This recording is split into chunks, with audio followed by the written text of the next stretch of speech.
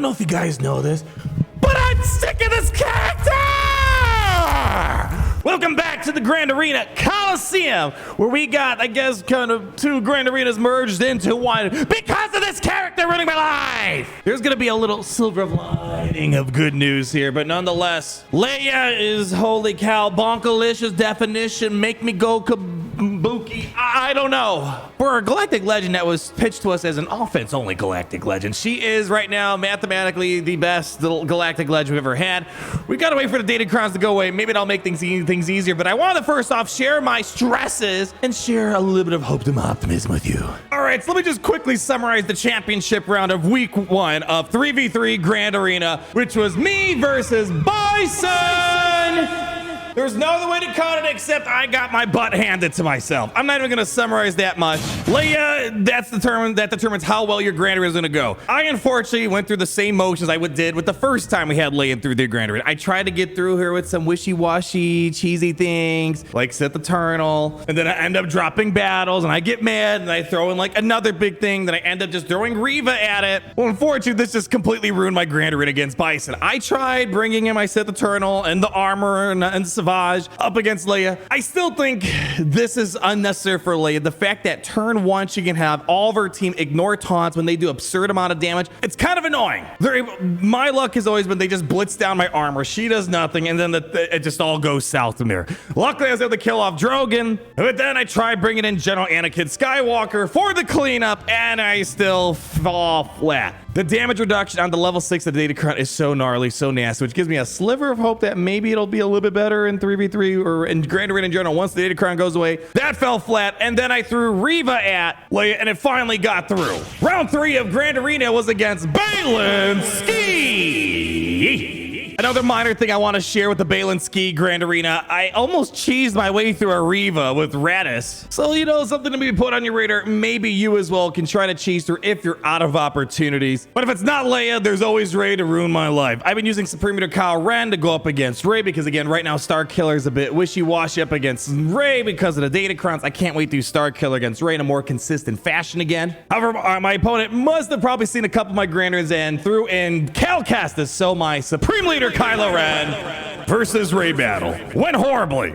Cal Kestis, man, so much protection up, so much max health for the team. I didn't really put a real dent on this team, and yeah, that was basically the Grand Arena. So I got absolutely handed fat L's for breakfast, lunch, and dinner that day. So there's your summary of the Grand Arena Championship round for our first week of Grand Arena. But let's talk about round 1 of week 2 at 3v3 Grand Arena now, which was me versus Dr. Darklord.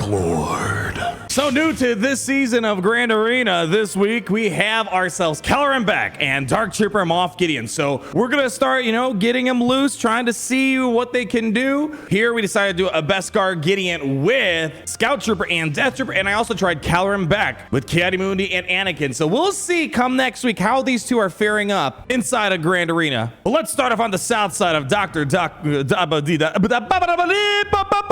the defense. So as we kind of said, I'm just tired of Leia driving me crazy. We decided to use Supreme Leader Kylo Ren versus Leia. Now, I want to put out there something I might consider moving forward. This season, we have Datacrons for Jabba, and it looks like Jabba with the Bausch Leia Datacron has a good success rate of getting through Leia, because the issue is otherwise, it feels like you almost need super teams to get through Leia. You need to merge like 2 teams together. Malicos, Supreme Leader Kylo Ren, which is what you're seeing here. It gets the job done, not to spoil much, but sometimes it doesn't work. It's not the highest consistency, 70% chance of getting through it. Luckily, we made it through here, stunning Drogon, constantly chipping away. You got to kind of work through all the increased defense, all the damage reduction that this Leia Datacron has right now at the Rebellion.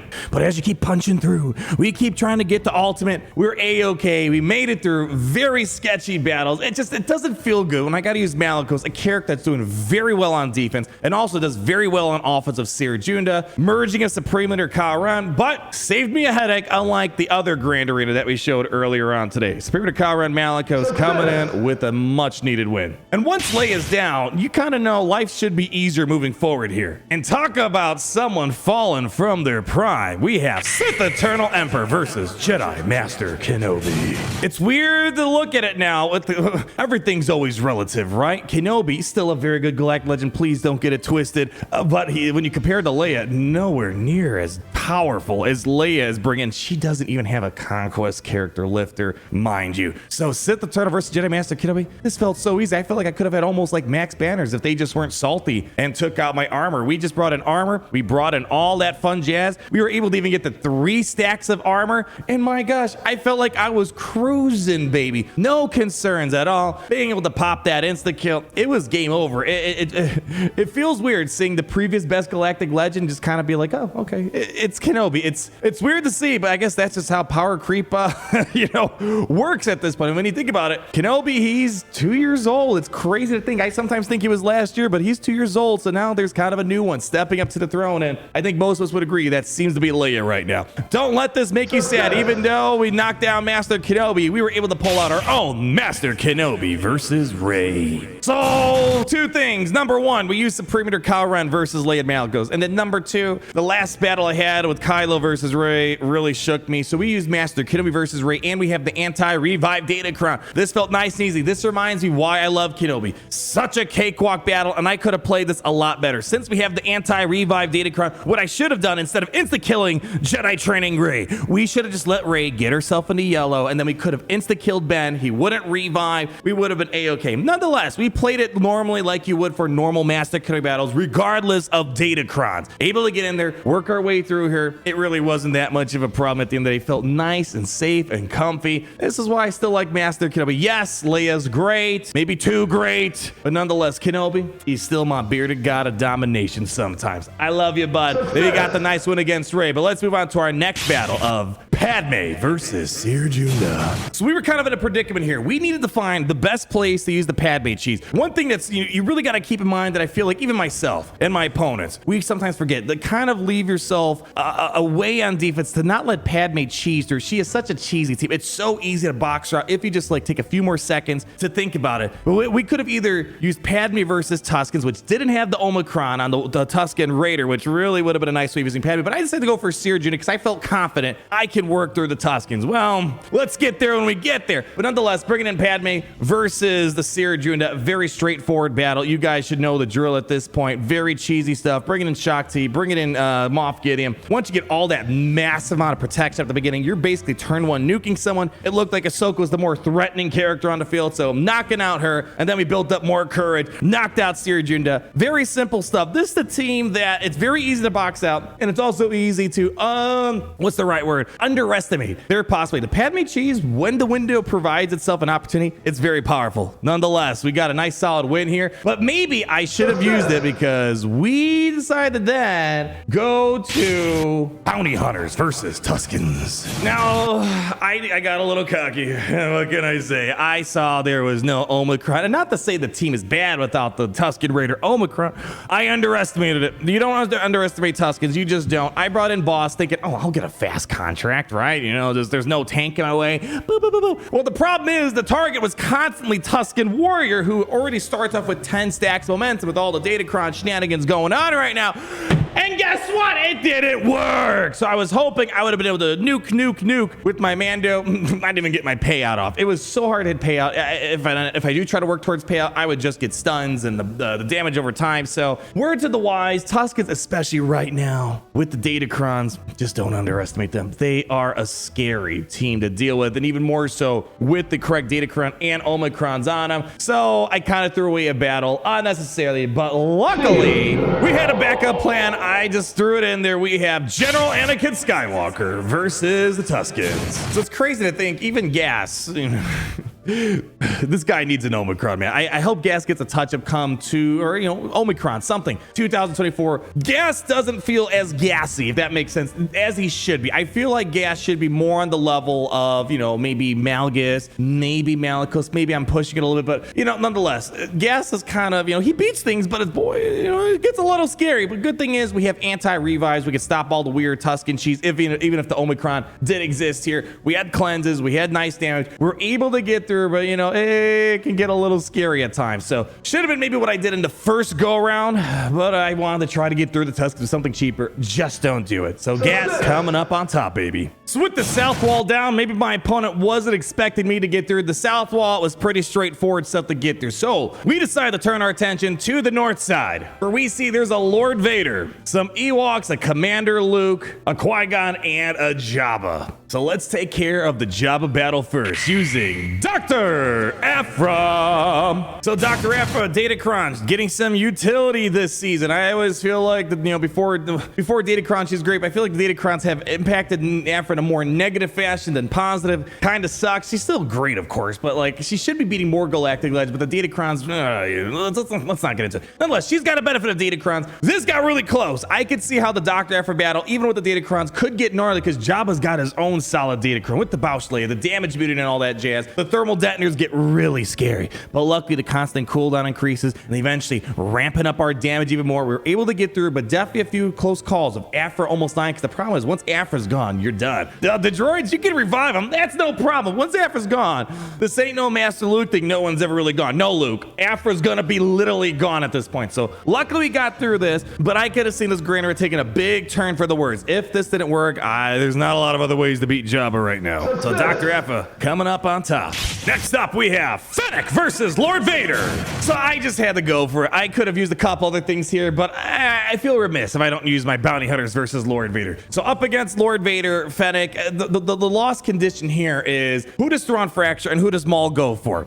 Luckily, they didn't fracture, you know, Fennec, and they didn't kill off Fennec. So that was kind of nice. But ideally, the best ideal outcome for Thrawn fractures Fennec, and then Maul comes in and Beskar Mando saves the. Unfortunately, Beskar Mando got fractured. He couldn't use damage, but we still carried on pretty well, even without Beskar Mando. Able to take out Maul at the minimum, which sets us up for a pretty good cleanup. Again, my game plan is I like to get through Lord Vader without a Galactic Legend. It feels kind of like a waste to use a Galactic Legend to get through Lord Vader. Worst case scenario, we're two-shotting it, which is fine. Two non-Galactic Legend level things. Or even so, I could sometimes pull through a win, even if bad RNG. So I feel like it's just overkill throwing a Galactic Legend. But there might be times where Galactic Legend might be needed. Some theory crafting going on of Gideon that I've been doing that might be scaring away the Fennec counter, but we have to wait for some numbers this show. We'll talk more about that anyways. We got in here. We were almost able to take out Thrawn, but unfortunately, just not enough time. Thrawn landed a fracture on Fennec. We were close, but no cigar here. That's fine though, because we have decided to clean up with Starkiller versus Lord Vader.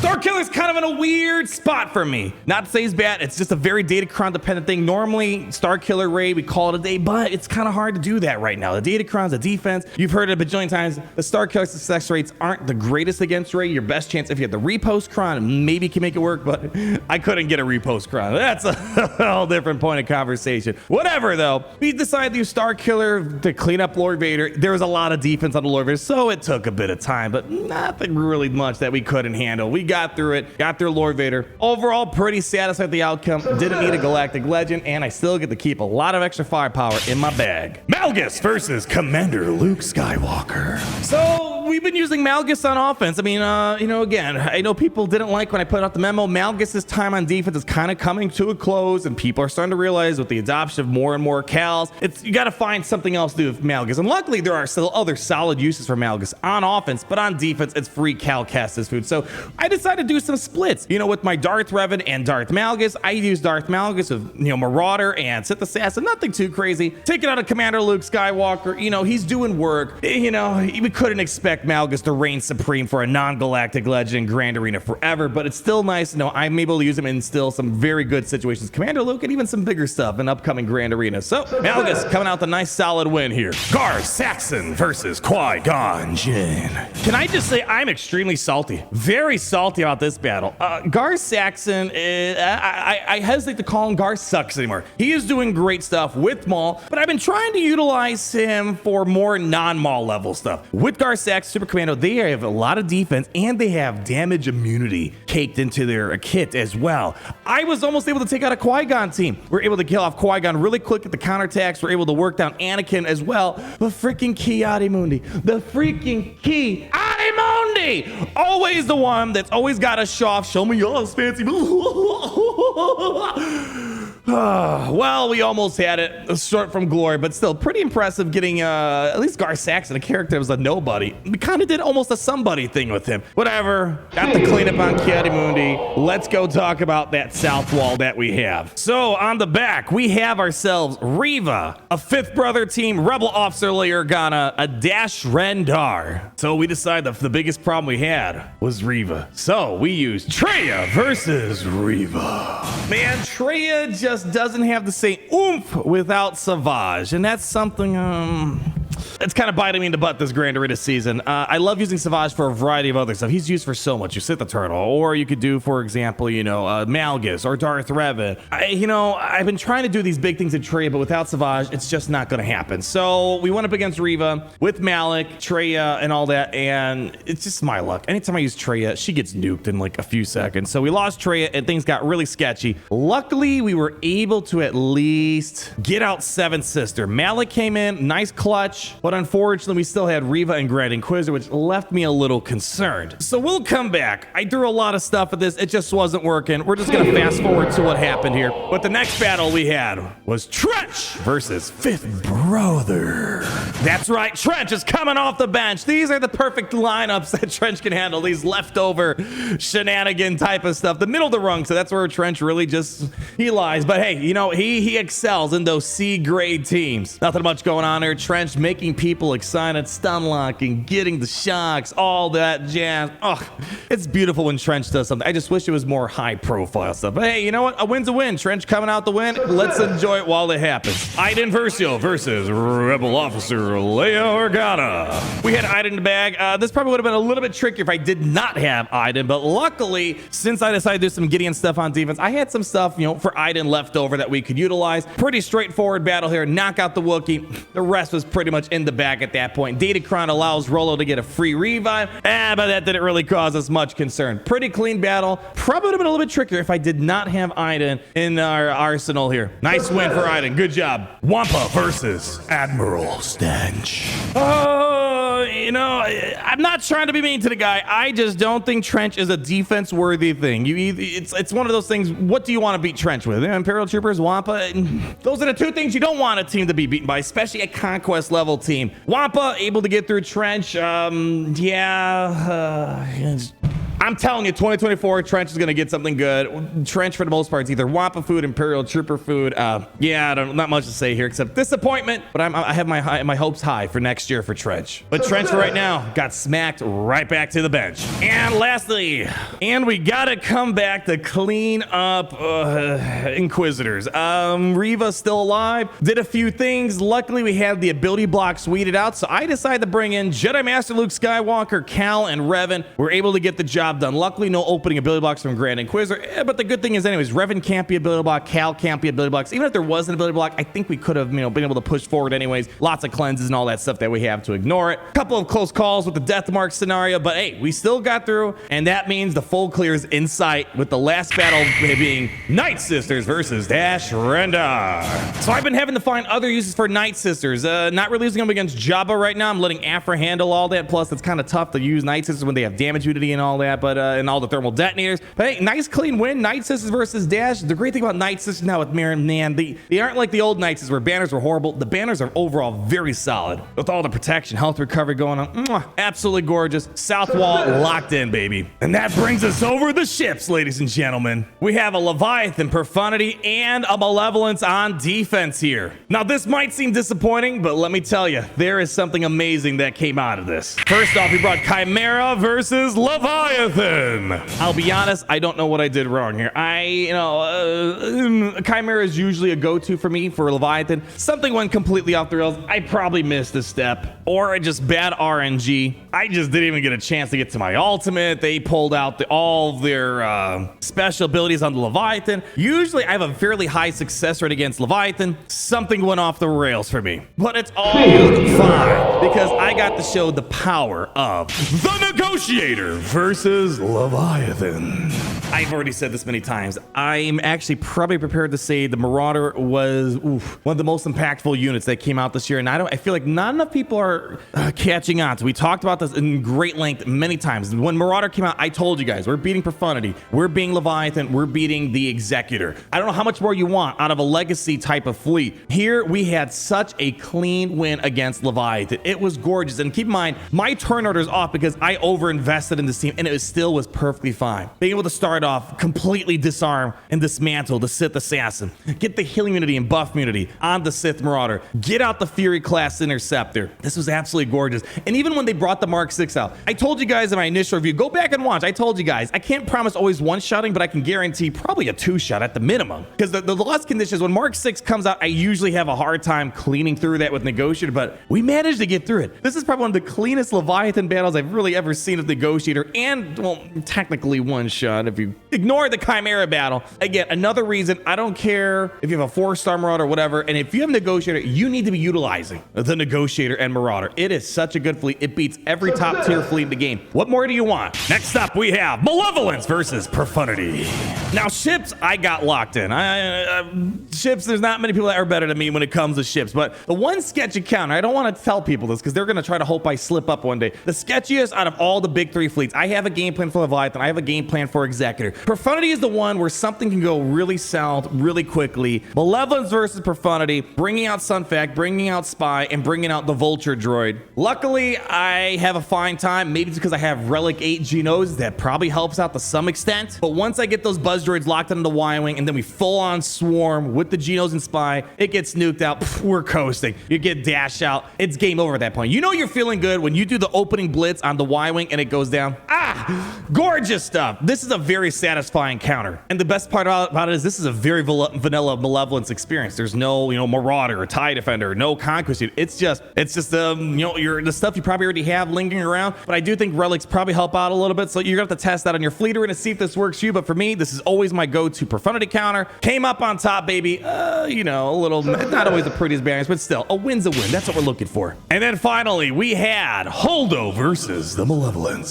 So because of the mishap with Leviathan, we don't really have much left for Malevolence. Finalizer, not the best counter. I don't really have any Empire ships to do something with the Executor or Executrix. I'm sorry. So we decided, hey, it looks like we got this in the bag. Let's just bring in Holdo, see what we can do. Luckily, we were able to pop off that Alta, baby. It's lots of luck involved, hoping you reduce the cooldowns on Holdo fast enough. But once we got the Malevolence knocked out, yeah, maybe they couldn't finish the deed, but we were able to quickly clean this up with Finalizer, getting the full clear. But was that enough to win the day? The final score up against Dr. Dark Lord was Otto T101, 1,904 versus Dark Lord's 1,026. Hey, at the end of the day, we got the win. We'll talk about our opponent in a second, but again, you just got to make Leia, you just got to give her what she wants. She's an expensive team to beat. She's a tough team to beat, but if you can beat Leia in the one shot, your day's going to go fairly well. But what happened for Dr. Darklord? They put their all into it. They went for that top side first. They started off on a very solid foot, one-shotting all of my defense. Then they got the ships. Again, doing very well, one-shotting my Executor, Profundity, Leviathan. They did amazing. But the south wall is what matters most, and it looks like, if I had to guess here, Dr. Aphra and the counter fell flat. As I said, you saw it on my side. The Dr. Aphra counter could be a little sketchy, and the problem is with Jabba, if your Dr. Aphra doesn't get through,